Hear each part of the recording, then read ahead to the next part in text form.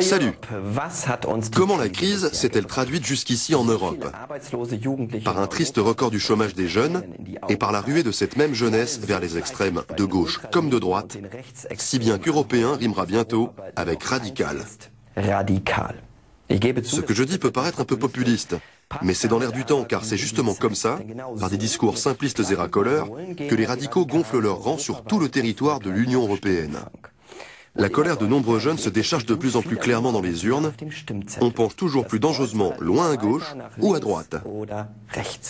Quelques Europinions. Les banques ont fait n'importe quoi avec notre argent. Elles l'ont perdu et maintenant on doit les renflouer avec nos salaires. Ça n'a aucun sens. J'ai envie d'un nouveau départ. Quitte à ce qu'on emploie des moyens radicaux. Si je pouvais choisir, je préférerais que mon pays, la Grèce, ne fasse pas partie de l'Union européenne. Car pour moi, elle est censée aider les États membres. Mon pays traverse une phase très difficile et tout ce que fait l'Europe, c'est nous détruire encore plus. Nous et notre pays. Une immense frustration et un responsable tout trouvé, l'Union européenne. Et qui s'en frotte les mains sur la scène politique? Réponse dans ce Europe consacré aux profiteurs de la crise, les extrémistes. Italie, néonazisme et bénévolat, quand bienveillance rime avec manipulation. Espagne, ras-le-bol du système, les activistes de gauche lutteront jusqu'à ce que changement s'ensuive. Et enfin Suède, de droite extrême et sympathique, est-ce possible? L'Italie, berceau du fascisme, sert traditionnellement de modèle aux extrémistes allemands, tchèques et hongrois. À l'heure où le pays menace de s'enliser dans la récession, le mouvement néofasciste Casa Pound se présente comme une planche de salut pour ses concitoyens sans ressources. Des crânes rasés qui volent au secours des sans-abri et des défavorisés. Un déploiement de sollicitude grâce auquel ils se font bien voir, en particulier des jeunes Italiens. Nous sommes en Émilie-Romagne, au nord de l'Italie. À la fin du mois de mai, une série de tremblements de terre dévastateurs a secoué la région. Une tragédie qui a fait 27 morts et détruit des villages entiers.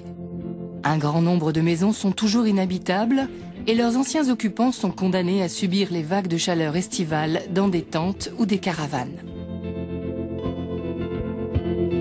Ariana a fui sa maison avec son mari et ses 2 enfants aux premières heures du séisme.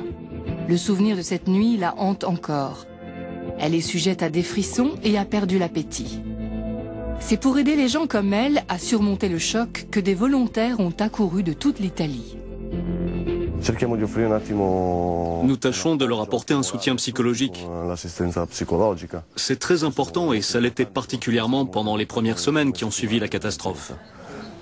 Il y a des familles, des femmes, mais aussi des enfants qui ont vraiment besoin de parler. Ces oreilles attentives sont celles des néofascistes de l'association Casa Pound. Andrea vient de Bolzano. En 2002, il a été impliqué dans un assassinat brutal. Et en 2011, il est passé devant le tribunal pour avoir été vu en train de faire le salut fasciste. Mais cela, personne ici ne doit le savoir. C'est pourquoi une psychologue de Casa Pound suit notre interview de près. Elle n'hésite d'ailleurs pas à nous interrompre lorsque nous abordons le sujet de l'orientation politique de l'équipe de bénévoles. Que penses-tu du fait que ces jeunes soient des partisans du mouvement Casa Pound? Je ne vois pas ce que cette question vient faire là. Je ne sais pas trop. Ça n'a aucune importance. Nous sommes ici en tant que volontaires pour aider les victimes de la catastrophe. Et c'est tout. Un fascisme qui rimerait avec altruisme, ça a tout l'air d'un piège. Casa Pound est né il y a 9 ans, lorsqu'un groupe de jeunes extrémistes de droite a occupé un immeuble romain rebaptisé Casa Pound, du nom du poète américain Ezra Pound, fervent admirateur de Mussolini. Aujourd'hui, il existe en Italie une vingtaine de bâtiments convertis en centres néofascistes. Certains accueillent même des familles socialement défavorisées. Simone Di Stefano, membre de l'association depuis sa création, en est aujourd'hui le vice-président. On a occupé la Casa Pound pour faire comprendre aux gens que les fascistes avaient un avis sur le fonctionnement de l'État, parce qu'on nous voit toujours comme des monstres qui mangent les enfants et assomment les vieilles dames à coups de matraque. On veut montrer qu'on a un point de vue sur la politique sociale, sur l'économie et sur l'État. 9 ans après l'apparition du mouvement, l'activité sociale des fascistes est reconnue et acceptée dans de nombreuses communes italiennes telles que Bondeno, une petite ville située dans la zone sismique sinistrée. Son maire, Alan Fabri, populiste et régionaliste, a contacté les volontaires de Casa Pound par l'intermédiaire d'un ami. Il admire leurs compétences organisationnelles. Ceux-ci lui ont d'ailleurs rendu visite aujourd'hui et l'ont pris à part avant notre interview qu'ils suivent d'une oreille diligente.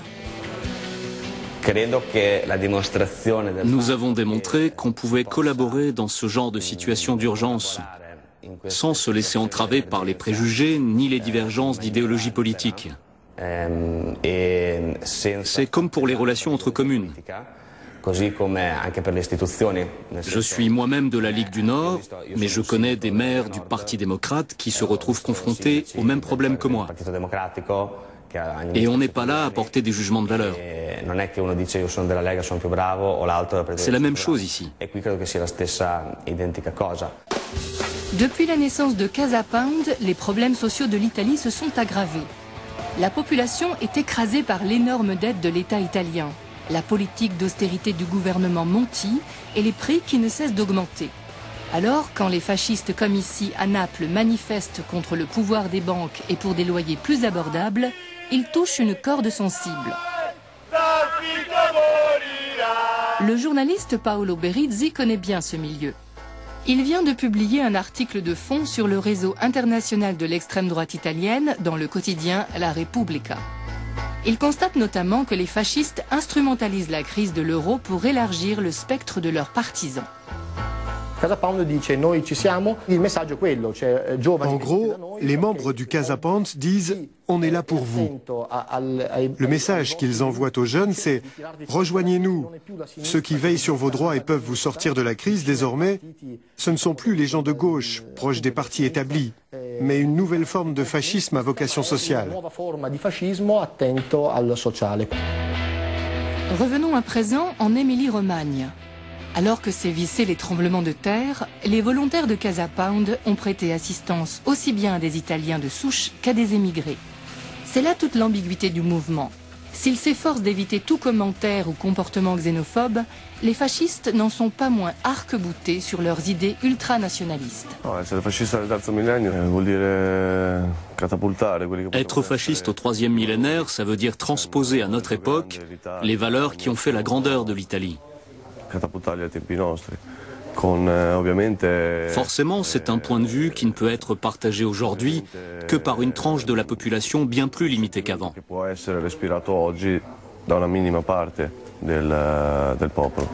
Mais justement, on y travaille au Casa Pound.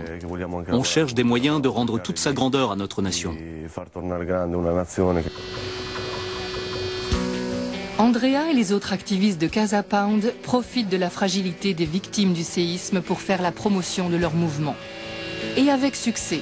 De nombreux habitants de la région sinistrée se plaignent de l'absence de réactivité de l'État et accueillent les fascistes à bras ouverts. Les néofascistes seraient donc de bons samaritains? C'est en tout cas l'image qu'ils veulent se donner en Italie, en espérant cartonner aux élections de l'année prochaine. S'il est impossible de prévoir quelle sera la cote des partis extrémistes transalpins d'ici 10 mois, la situation qu'on observe actuellement dans d'autres pays d'Europe n'est pas tout à fait rassurante. Quelques chiffres. De plus en plus de jeunes Européens ressentent un tel besoin de changement que leur position se radicalise. En novembre 2011, 13% des Français de 18 à 24 ans déclaraient vouloir voter pour Marine Le Pen au présidentiel. En mai 2012, ils étaient 26%, soit le double. L'extrême droite hongroise profite elle aussi de cette crise qui perdure. Les jeunes se détournent du parti au pouvoir, le Fidesz, dont la politique conservatrice ne leur paraît plus suffisante. Un Hongrois de moins de 37 ans sur 3 voterait aujourd'hui pour le parti Jobbik d'extrême droite. Mais l'extrême gauche voit elle aussi gonfler ses rangs en Europe. Les jeunes Grecs, frustrés par la crise, ont voté à 8,5% pour le KKE aux législatives de mai, consolidant la place du parti stalinien au Parlement. Pourtant, les extrémistes n'ont pas de recette miracle contre la crise. Leur solution, qu'il s'agisse de l'aube dorée néo-nazi ou du KKE stalinien en Grèce, du Parti communiste espagnol ou de celui des vrais Finlandais, c'est de sortir de l'Europe, et vite. Un consensus de mauvais augure pour l'Union. La situation est particulièrement dramatique en Espagne. Un quart de la population active est au chômage et le système bancaire est à genoux après s'être livré à une spéculation immobilière effrénée. Mais tandis que l'Europe débloque des fonds pour sauver les banques, les particuliers, eux, se battent pour avoir ne serait-ce qu'un toit au-dessus de la tête. Beaucoup sont dépassés par la hausse exponentielle des taux d'intérêt sur l'emprunt immobilier et se font expulser de chez eux. 160 expulsions ont lieu chaque jour en Espagne. Les mouvements de protestation se multiplient. Manifestants et voisins scandalisés tentent d'empêcher les expulsions en faisant barrage de leur corps. L'équipe de Europe qui tournait sur place a d'ailleurs eu des démêlés avec les forces de l'ordre. Notre caméraman a même failli se faire arrêter.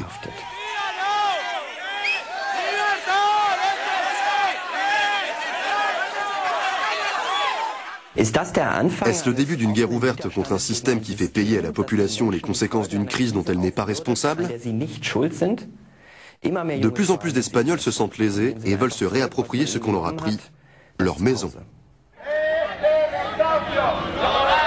Cette expulsion, on va l'empêcher.